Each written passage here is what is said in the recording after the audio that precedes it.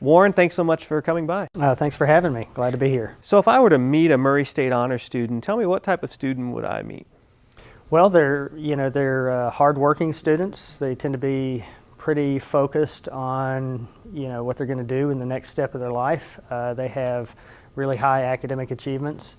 To get into the honors program, they have to have either a 28 ACT or a 3.8 GPA, or be in the top 10% of their high school class. And if they meet one of those criteria, then they can apply to join the honors program. We can't take everybody, but that's typically what our students are. How many do we have right now in the honors program? There were 372 at the beginning of the fall semester. So we've had some graduate and other things. So probably about 340 right now. And now the big move is the program will move from a program to an honors college. Right. Where did this idea come from? Well, we've been stewing on it for some time. For about 4 years, we've been talking about moving to an honors college, and part of it is we're just too big, really, to function well as an honors program anymore.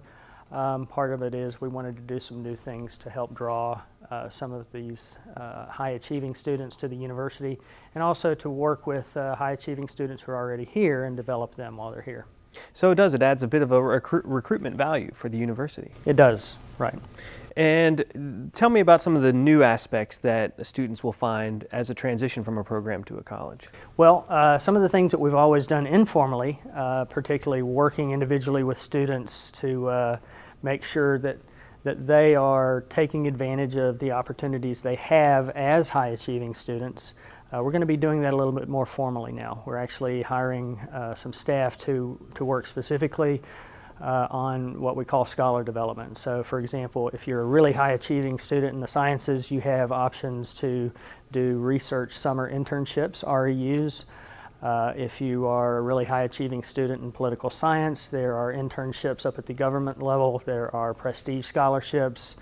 There are specific study abroad opportunities. There's undergraduate research. So we're going to have some people who are going to be working very closely one-on-one with all of the high-achieving students in our program to try to make sure they're maximizing their educational experiences here.